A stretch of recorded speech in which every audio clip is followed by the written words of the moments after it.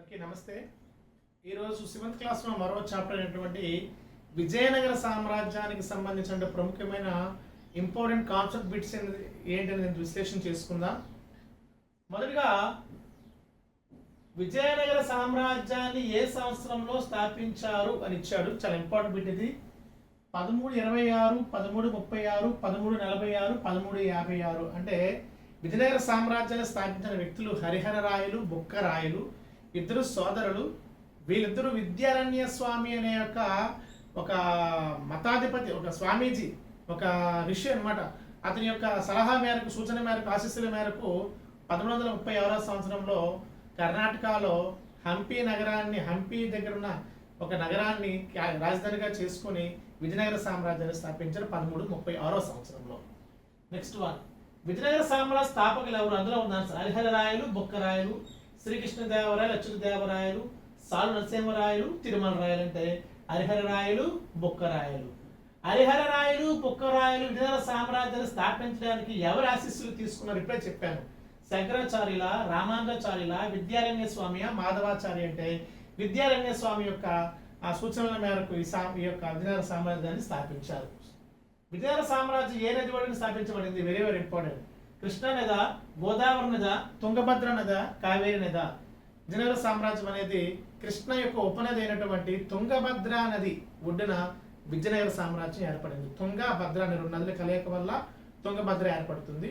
ఇది కృష్ణా నదికి ఉపనది. సో విజయనగర సామ్రాజ్యం అనేది తుంగభద్ర నది ఒడ్డున ఏర్పడింది, గుర్తుపెట్టుకోండి. విజయనగరం అంటే అర్థం ఏమిటి? శాంతి నగరమా, విజయనగరమా, పుణ్యనగరమా? ఇట్లా ఇచ్చాడు. సో విజయనగరం అంటే అర్థం సిటీయా గుట్టది, విజయాల నగరం. విజయనగరం అనే పదానికి అర్థం విజయాల నగరం. ఇది కర్ణాటకలో ఉంది. నెక్స్ట్, విజయనగర సామ్రాజ్యం యొక్క రాజధాని ఏది? హంపి. ఇప్పుడు చెప్పాను. కొండవీడ, వరంగల్, తంజావూరు. అంటే మనకి చోళుల రాజధాని తంజావూరు. అట్లాగే రెడ్డి రాజుల కాలంలో, ముసునూరు కాపోయి నాయకుడి కాలంలో రాజధానిగా ఉండేది కొండవీడు. అలాగే హంపి అనేది విజయనగర సామ్రాజ్య రాజుల యొక్క రాజధాని హంపి. నెక్స్ట్, విజయనగర సామ్రాజ్యం మొత్తం ఎన్ని రాజవంశాలు పరిపాలించాయంటే 4 రాజవంశాలు. సో మనకి బాగా తెలిసే ఉంటుంది. 1 సంగమ వంశం, ఫస్ట్ది. 2 సాలువ వంశం. 3 తులువ వంశం, తులు. 4 అరవీడు లేదా అరవిట వంశం, అరవీడు లేదా అరవిట వంశం. ఇందులో మనకి ఎక్కువ కాలం పాలించింది సంగమ వంశం. ఎక్కువ కాలం మనకి ఇందులో పాలించింది, తక్కువ కాలం పాలించింది సాలువ వంశం. సో ఈ సంగమ వంశంలోనే ముఖ్యమైన రాజులు మనకు తెలుసు. హరిహర రాయలు, 2వ హరిహర రాయలు, బొక్క రాయలు, 2వ బొక్క రాయలు, దేవరాయలు, 2వ దేవరాయలు. ఇదంతా కూడా సంగమ వంశమే. సంగమ వంశంలో గొప్పవాడు ఎవరంటే 2వ దేవరాయలు. ఇతన్ని ప్రౌఢ దేవరాయలు అని పిలుస్తారు. ప్రౌఢ దేవరాయలు, 2వ దేవరాయలు. సాలువ వంశంలో గొప్పవాడు సాలువ నరసింహరాయలు. సాలువ నరసింహరాయలు. ఇతడే తిరుపతి దేవస్థానాన్ని శ్రీకృష్ణ దేవరాయలు తిరుపతి దేవస్థానాన్ని బాగా అభివృద్ధి చేశారు. కానీ తిరుపతి దేవస్థానాన్ని అభివృద్ధి చేయడంలో మొదటగా శంకుస్థాపన చేసింది, ప్రారంభించింది ఎవరంటే మాత్రం సాలు నరసింహరాయల కాలంలో. మనకి ఈ సాలు నరసింహరాయల కాలంలోనే తాళ్లపాక అన్నమయ్య అనే వాళ్ళు ఉండేవారు. కవి తాళ్లపాక అన్నమయ్య సాలు నరసింహరాయల కాలం నాటి వారు, గుర్తుపెట్టుకోండి. అలాగే తులు వంశంలో గొప్పవాడు అందరూ తెలిసిందే శ్రీకృష్ణ దేవరాయలు. ఇతడు 1509 నుంచి 1529 వరకు పరిపాలించారు. 20 సంవత్సరాలు. అసలు అపజయమే ఎరగని రాజు ఎవరంటే శ్రీకృష్ణ దేవరాయలు. సో శ్రీకృష్ణ దేవరాయలు ఏ వంశానికి చెందినవారు అంటే తులు వంశానికి చెందినవారుగా చెప్పొచ్చు. అలాగే అరవిడు, ఈ అరవిడులో చివరివాడు 3వ శ్రీరంగరాయలు. గుర్తుపెట్టుకోండి. ఇక్కడ ఎట్లా చెప్పాలంటే శ్రీరంగరాయలు అనేవాడు చెట్టు చివరివాడు, అరవిడు వంశానికి చెందినవాడు. తులు వంశంలో గొప్పవాడు శ్రీకృష్ణ దేవరాయలు. సాలు వంశంలో గొప్పవాడు సాలు నరసింహరాయలు. సంగ వంశంలో గొప్పవాడు 2వ దేవరాయలు. అయితే ఎక్కువ కాలం పరిపాలించిన వంశం ఏంటంటే సంగమ వంశం, తక్కువ కాలం పాలించింది సాలు వంశం. ఈ అన్ని వంశాల్లో గొప్ప వంశాన్ని చెప్తాం తులు వంశానికి చెందినటువంటి శ్రీకృష్ణ దేవరాయలు. అలాగే చిట్ట చివరి నేనేమంటామంటే చిట్ట చివరి విజయనగర రాజు ఎవరు అంటే మనం 3వ శ్రీరంగరాయలు రాసుకోవాలి. 3వ శ్రీరంగరాయలు. సో సో మనకి ఇది యొక్క కాన్సెప్ట్. కాబట్టి మొత్తం ఎన్ని వంశాలు పాలించాయి అంటే 1, 2, 3, 4 వంశాలు విజయనగర సామ్రాజ్యాన్ని పరిపాలించాయి.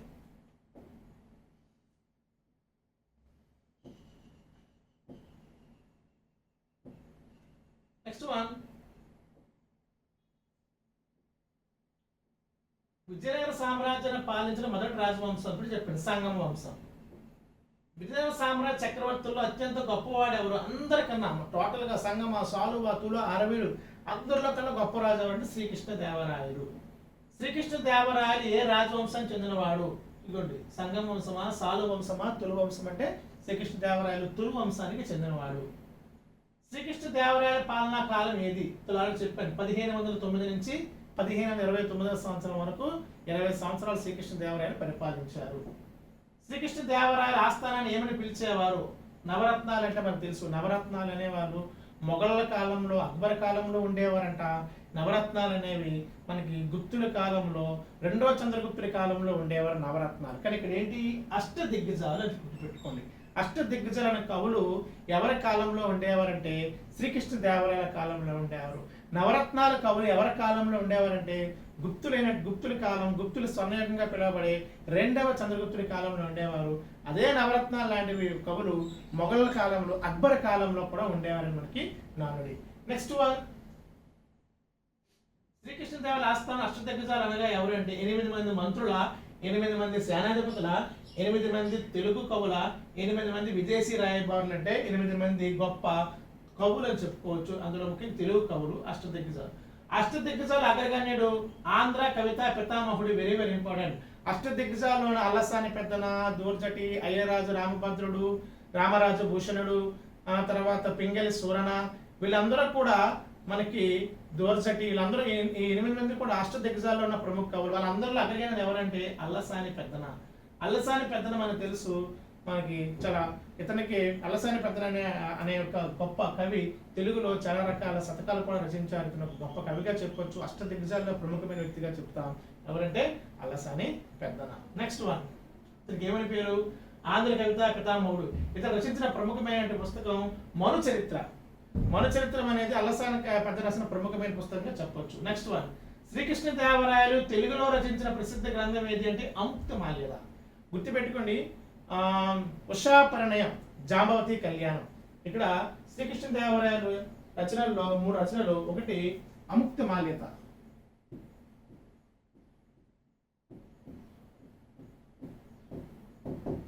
2 ఉషా పరిణయం,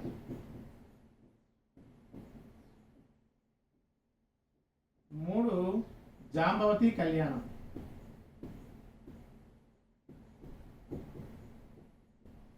ఇందులో అముక్తమాల్యద దీనికే మరో పేరు విష్ణు చిత్తీయం అని పిలుస్తారు. విష్ణు చిత్తీయం. ఈ పుస్తకాన్ని రచించింది ఎవరంటే శ్రీకృష్ణదేవరాయలు. ఇది శ్రీకాకుళం ఆంధ్ర మహావిష్ణువు అంటే కృష్ణా జిల్లాలో ఉన్న శ్రీకాకుళ ఆంధ్ర మహావిష్ణువు అనే విష్ణుమూర్తికి ఇది అంకితం చేశారని చెప్తారు అముక్తమాల్యద. ఈ అముక్తమాల్యద దీనికి మరో విష్ణు చిత్తీయం. ఇది తెలుగు భాషలో రచించారు శ్రీకృష్ణదేవరాయలు. తెలుగు భాషలో గుర్తుపెట్టుకోండి, తెలుగు భాషలో. కానీ ఉషా పరిణయము, జాంబవతి కళ్యాణం ఈ 2 పుస్తకాలు శ్రీకృష్ణదేవరాయలు రచించిన పుస్తకాలే. అయితే ఇవి మాత్రం సంస్కృత భాషలో రాయబడ్డాయి. గుర్తుపెట్టుకోండి, ఉషా పరిణయము, జాంబవతి కళ్యాణం ఈ 2 శ్రీకృష్ణదేవరాయలు రచనలే, కాకపోతే సంస్కృత భాషలో రచించబడ్డాయి. అముక్తమాల్యద దీనికే మరో పేరు విష్ణు చిత్తి. ఇది మాత్రం తెలుగు భాషలో రచించినటువంటి శ్రీకృష్ణదేవరాయల కవితగా మనం కవితలుగా చెప్పొచ్చు, రచనలుగా చెప్పొచ్చు. నెక్స్ట్ వన్, శ్రీకృష్ణదేవరాయలు ప్రసిద్ధి బిరుదుల్లో 1 యవన రాజ్య స్థాపనాచార్య, కవి సార్వభౌమ, ఆంధ్ర భోజ. సో ఇందులో కవి సార్వభౌముడు కాదు, ఇందులో 2 బిరుదులు ఏంటంటే యవన రాజ్య స్థాపనాచార్య మరియు ఆంధ్ర భోజ అనే బిరుదులు. ఈ 2 బిరుదులు కూడా శ్రీకృష్ణదేవరాయల యొక్క బిరుదులుగా మనం చెప్పొచ్చు. కవి సార్వభౌముడు అయితే కాదు. నెక్స్ట్, విజయనగర సామ్రాజ్య అధికార భాష లేదా ఎక్కువ ప్రాచుర్యం పొందిన భాష ఏది? విజయనగర సామ్రాజ్యంలో అధికార భాష లేదా ఎక్కువగా ప్రాచుర్యం పొందిన భాష ఏదంటే తెలుగు భాష. గుర్తుపెట్టుకోండి, విజయనగర రాజులు కన్నడానికి చెందినప్పటికీ తెలుగు భాష ఎక్కువ ప్రాధాన్యత ఇచ్చారు. శ్రీకృష్ణదేవరాయలు తన తల్లి నాగలాంబ జ్ఞాపకార్థం నిర్మించిన నిర్మాణం ఏదంటే అందులో ఉన్న అసలు నాగలాంబ తన తల్లి నాగలాపురం అనే నగరాన్ని నిర్మించారు. నాగలాపురం. విజయనగర కాలంలో ప్రసిద్ధి విదేశీ యాత్రికుడు డొమింగ్ పేస్ ఏ దేశానికి చెందినవాడు? పోర్చుగల్కి చెందినవాడు. గుర్తుపెట్టుకోండి. ఇక్కడ మీకు ఒక ఆర్డర్ ఇస్తాను. నెక్స్ట్ వన్ ఎవరి కాలంలో వచ్చారు యాత్రికులని మీకు నెక్స్ట్ లాస్ట్ అనాలిసిస్ ఇస్తాను మీకు. ఇక్కడ డొమింగ్ పేస్ అనేవాడు పోర్చుగీస్ చెందినవాడు. డొమింగ్ పేస్ అనేవాడు శ్రీకృష్ణ దేవరాయలు యొక్క వాచకం. అతడి పర్సనాలిటీ గురించి, శ్రీకృష్ణ దేవరాయలు పొట్టిగా ఉండేవారు, శ్రీకృష్ణ దేవరాయల యొక్క ముఖం మీద స్ఫోటకపు మచ్చలు ఉండేవి, శ్రీకృష్ణ దేవరాయలు ఒక రాజసాన్ని కలిగి ఉండేవాడు అని శ్రీకృష్ణదేవుల యొక్క పర్సనాలిటీ గురించి, మూర్తిమత్వం గురించి వివరించిన వాడు ఎవరంటే డొమింగ్ పేస్. ఆ డొమింగ్ పేస్ అనే విదేశీ యాత్రికుడు ఎవరి కాలంలో వచ్చాడంటే శ్రీకృష్ణ దేవరాయల కాలంలోనే వచ్చాడు. ఇతడు ఏ దేశానికి చెందినవాడు అంటే పోర్చుగల్కి చెందినవాడు. నెక్స్ట్ వన్, శ్రీకృష్ణ దేవరాయల కాలంలో విజయనగరాన్ని సందర్శించిన పోర్చుగీస్ యాత్రికుడు. సో డొమింగ్ పేస్ మళ్ళీ ఇచ్చాడు. విజయనగర రాజులు నిర్మించిన దేవాలయాల్లో కనిపించే ప్రత్యేకమైన భారీ స్తూపాలు లేదా ద్వారాలను ఏమంటారంటే రాయగోపురాలు. రాయగోపురాలు అనే ప్రముఖమైన ద్వారాలను శ్రీకృష్ణదేవరాయలు నిర్మించారు. రాయగోపురాలు. హంపీలోని ప్రసిద్ధి విఠలాస్వామి ఆలయం మరి హజర్ రామస్వామి ఆలయం ఎవరు very very important. Hajar Ramaswamy ఆలయము, విఠలాస్వామి ఆలయం నిర్మించిన వాళ్ళు ఎవరంటే శ్రీకృష్ణ దేవరాయలు. అది ఎక్కడంటే హంపీలో నిర్మించారు. నెక్స్ట్ వన్, హంపీలో విఠలాస్వామి ఆలయ ప్రాంగణంలో ఉన్న శిల్పకళ నిర్మాణం ప్రపంచ ప్రసిద్ధి గాంచిన ప్రముఖమైనటువంటి, ఇక్కడ మనం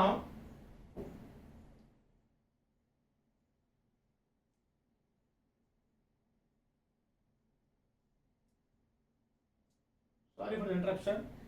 ఇందులో హంపీలోని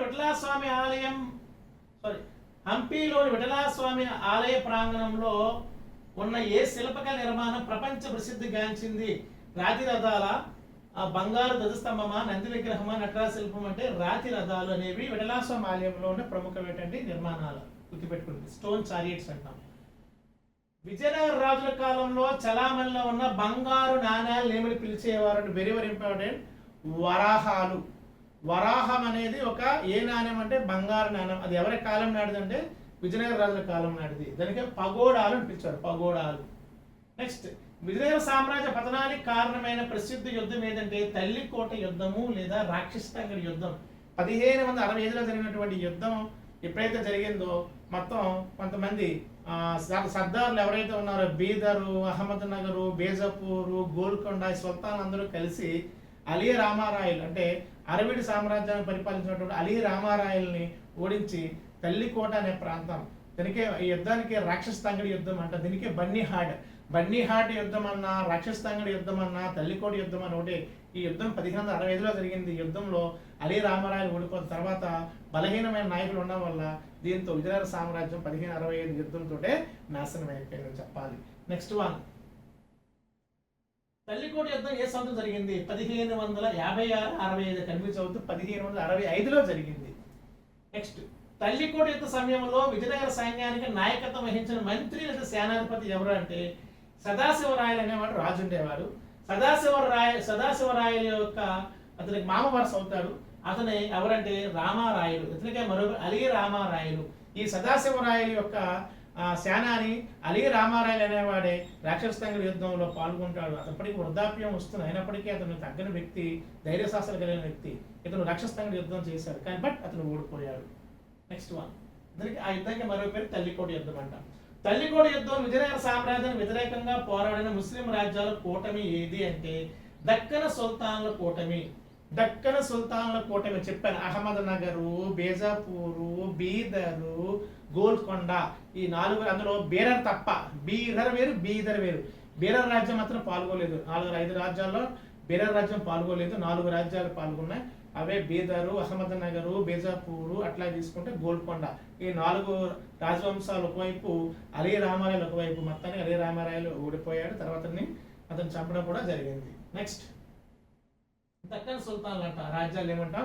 బహమనీ సామ్రాజ్యం అంతమైపోయిన తర్వాత ఆ సామ్రాజ్యం 5 రాజ్యాలకు విడిపోయింది అనమాట. అవే బీదరు, బీరరు, అహ్మద్ నగరు, తర్వాత బేజాపూరు, తర్వాత చివరిగా గోల్కొండ రాజ్యాలు. అవి బహమనీ రాజ్యం విచ్ఛిన్నమైపోయి ఏర్పడిన రాజ్యాలుగా చెప్పచ్చు. అవన్నీ కలిపి అలీ రామారాయుడిపై దాడి చేశాయి. ఒక్క బీరర్ మాత్రమే పాల్గొలేదు యుద్ధంలో.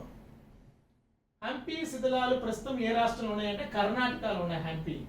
విజయనగర సామ్రాజ్యాన్ని పరిపాలించిన చివరి రాజవంశం ఇది. సంగ వంశం మొదటిది, సాలు వంశం రెండవది, తులు వంశం మూడవది, అరవిడి వంశం నాలుగో వంశంగా చెప్పొచ్చు.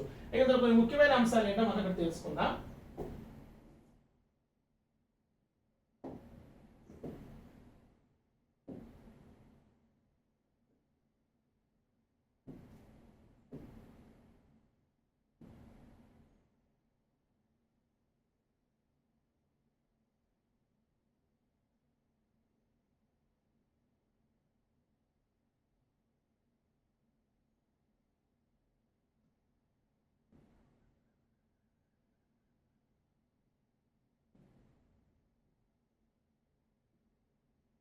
ఇక్కడ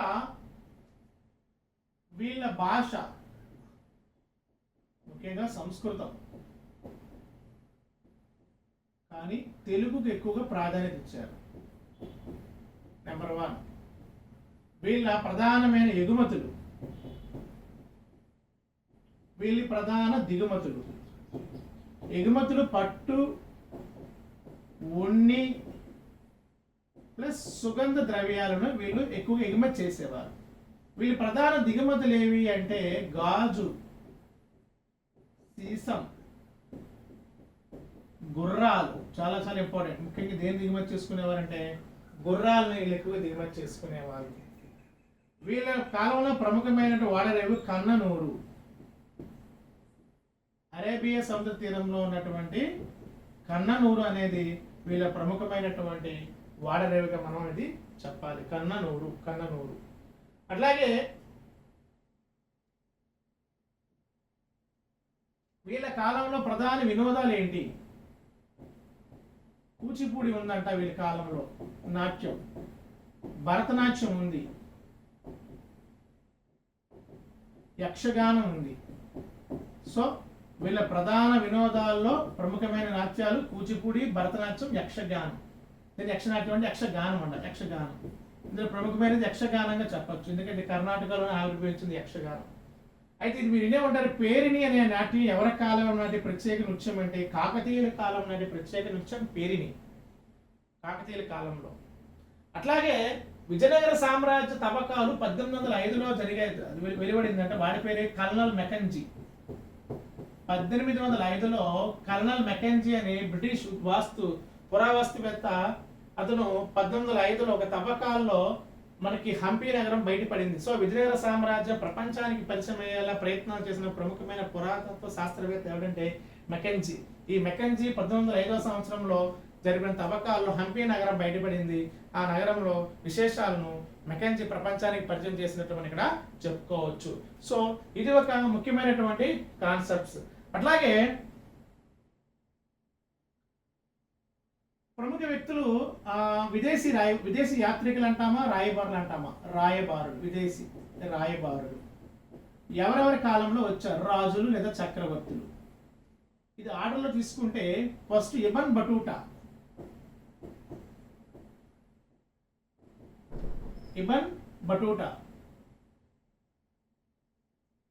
వీడు హరిహర రాయల కాలంలో వచ్చాడు. హరిహర రాయలు. రెండో వ్యక్తి నికోలా కాంటే. మరో వ్యక్తి అబ్దుల్ రజాక్. వీళ్ళిద్దరూ రెండవ దేవరాయల కాలంలో వచ్చారు. అట్లాగే న్యూనిజ్, పేస్, న్యూనిజ్ అనే దానికి న్యూనిజ్ లాస్ట్ లో రాసుకుందాం.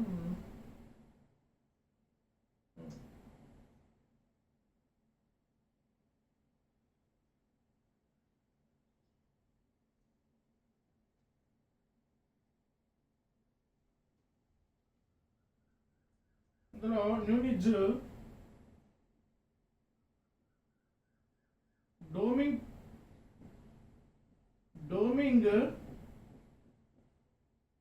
డోమింగ్ పేస్ అండ్ బార్బోసా వీళ్ళిద్దరూ ఎస్కేడి అంటే శ్రీకృష్ణ దేవరాయల కాలంలో వచ్చారు. చివరవాడు న్యూనిజ్. ఇతని పూర్తి పేరు ఫెర్డినాండ్ న్యూనిజ్. ఇతడు అచ్యుతరాయలు అంటాం. అచ్యుతరాయలు కాలంలో వచ్చారు. చాలా ఇక్కడ హరిహర రాయలు 1 ఇక్కడ చూడండి, చాలా ఇంపార్టెంట్. ఇవన్ పట్టుకుంటాను మొరాకో యాత్రికుడు హరిహర రాయల కాలంలో వచ్చాడు. Harihara Rayalu 1. Nicola Conti Italy యాత్రికుడు. అబ్దుల్ రజాక్ అనే పర్షియన్ యాత్రికుడు. వీళ్ళిద్దరు 2వ దేవరాయల కాలంలో వచ్చారు.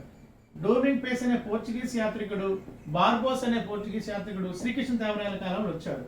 అలాగే న్యూనిజ్ అనే వ్యక్తి అచ్యుతరాయల కాలంలో భారతదేశాన్ని సందర్శించారు. ఇవి చాలా ఇంపార్టెంట్. ఎవరి కాలంలో ఎవరు వచ్చారో చాలా ఇంపార్టెంట్.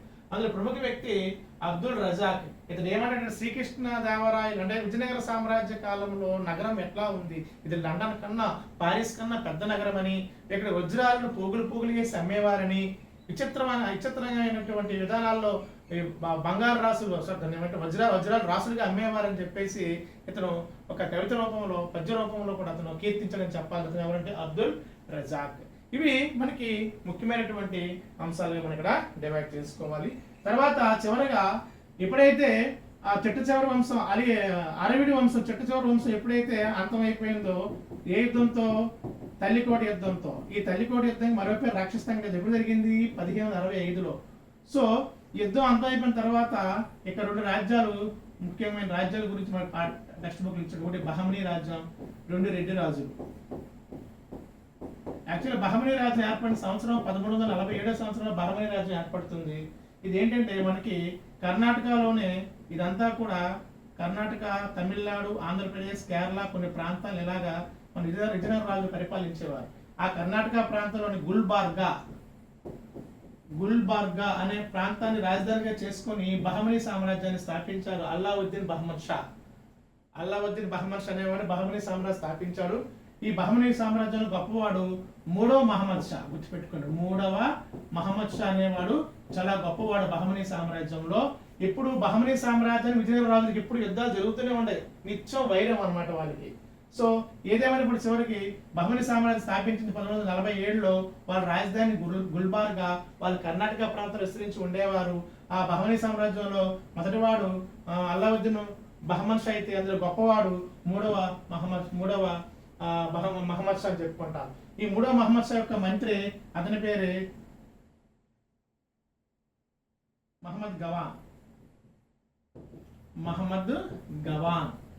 మహమ్మద్ గవాన్ అనే ప్రముఖ ఒక పర్షియన్ వ్యాపారి. అతను పర్షియన్ వ్యాపారి, గొప్ప సేనాని. ఇతడు ఎవరికి మంత్రిగా ఉండేవాడంటే 3వ మహమ్మద్ షాకి మంత్రిగా ఉండేవాడు. మహమ్మద్ గవాన్ సవరణలు చాలా వరకు బహమనీ సామ్రాజ్యాన్ని పటిష్టంగా చేసింది. కానీ చెట్ట చివరికి కొంతమంది కుట్ర చేసి ఈ మహమ్మద్ గవాన్ని చంపడానికి రాజుగారికి ఒక రకమైనటువంటి పక్షపాతం వహించి రాజుగారికి లేనిపోని చెప్పారు. దీంతో మహమ్మద్ గవాన్ని గురితీయడం కూడా జరిగింది. ఇది దేని సారాంశం అంటే బహమనీ సామ్రాజ్య సారాంశం. మరి రెడ్డి రాజుల గురించి కూడా టెక్స్ట్ బుక్లు ఇచ్చాడు. రెడ్డి రాజుల్లో మనకి వీళ్ళ రాజధాని ప్రముఖంగా ఎక్కడ ఉందంటే అద్దంకి ఎక్కడ ఉందంటే మనకి ప్రకాశం జిల్లాలో ఉండేది. అట్లాగే రెడ్డి రాజుల్లో ముఖ్యమైన వ్యక్తి ప్రోలయ వేమారెడ్డి, ఇంకో వ్యక్తి పెదకోమటి వేమారెడ్డి. సో మనకి ప్రోలయ వేమారెడ్డి కాలంలోనే ఎర్రప్రగడ అనే కవి ఉండేవాడు. సో వీళ్ళు రెడ్డి రాజులు, వీళ్ళ రాజధాని అద్దంకి. సో వీటిని కూడా మనకి ఈ లెసన్లో చూపించడం జరిగింది. సో ఇది విజయనగర రాజ్యాంగం ప్రముఖమైన అంశం. వాటి సారాంశం నెక్స్ట్ మనం మరో టాపిక్ లో కలుసుకుందాం. ధన్యవాదాలు.